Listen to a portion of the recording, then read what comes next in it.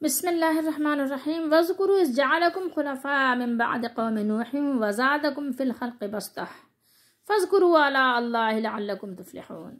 قرآن مجید میں اللہ تعالیٰ نے بیان کیا ہے کہ اللہ نے ہود علیہ السلام کی جو قوم ہے وہ نوح علیہ السلام کے بعد ان کو زمین پر بسایا، اور ان کو اللہ تعالیٰ نے جسم اور قوت قد و قامت میں بہت زیادہ وسعت دی، بہت زیادہ ان کے اضافہ کیا، بہت زیادہ ان کو طاقتور قوت والا بنایا۔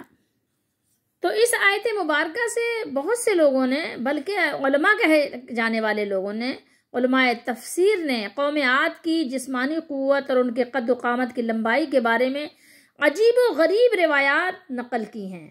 مثلا یہ کہ قوم عاد کا لمبا آدمی 100 ہاتھ کا اور سب سے چھوٹے قد کا 60 ہاتھ کا ہوتا تھا، اور بعض روایات میں ہے کہ اس کا ایک آدمی اتنے بڑے پتھر کو اٹھا لیتا تھا جسے ہمارے زمانے کے 500 آدمی بھی نہیں اٹھا سکتے۔ اور اسی طریقے سے فرعون کے بارے میں ہے کہ فرعون اتنا لمبا چوڑا تھا کہ 10-12 لوگوں کو اپنے نیفے میں، جو شلوار وغیرہ کے ٹراؤزر کے نیفے ہوتے ہیں، اس میں ان کو دبا لیتا تھا۔ ٹھیک ہے، جیسے آپ اپنے قلم وغیرہ یا چابی اپنے نیفے میں لگا لیں، اندر ڈال دیں، تو ایسے ہی وہ کر لیتا تھا اور پتہ بھی نہیں چلتا تھا، یعنی اتنا۔ یہ سب لیکن قرآن و حدیث کے خلاف بات ہے، ان باتوں کو کبھی بھی یقین نہیں کیا کریں۔ اس حوالے سے ہم آپ کو بخاری شریف کی حدیث شریف پیش کرتے ہیں، کتاب الاستئذان ہے، حدیث نمبر ہے 6227۔ آدم علیہ السلام کی لمبائی کا یہاں ذکر ہے کہ وہ 60 ہاتھ تھی، یعنی سب سے زیادہ لمبے کون گزرے ہیں دنیا میں؟ آدم علیہ السلام۔ سب سے بڑا قد کس کا تھا؟ آدم علیہ السلام کا، اور وہ 60 ہاتھ تھا، بس اس سے زیادہ نہیں تھا۔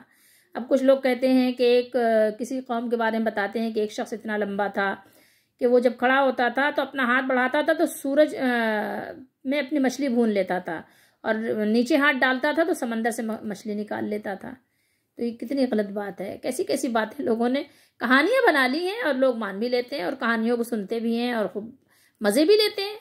تو یہ دیکھیے کہ 60 ہاتھ بس یہ سب سے زیادہ۔ اور پھر مزید یہاں فرمایا کہ جو شخص بھی جنت میں جائے گا وہ حضرت آدم علیہ السلام کی صورت کے مطابق ہو کر جائے گا۔ اس کے بعد سے پھر خلقت جو تھی، مخلوق کا قد و قامت کم ہوتا گیا، اب تک ایسا ہی ہوتا رہا، یعنی چھوٹے ہوتے ہوتے ہوتے ہوتے اب کتنے قد رہ گئے لوگوں کے؟ 5 فٹ، 5.5 فٹ، بس زیادہ زیادہ کتنے اتنے ہی رہ گئے نا۔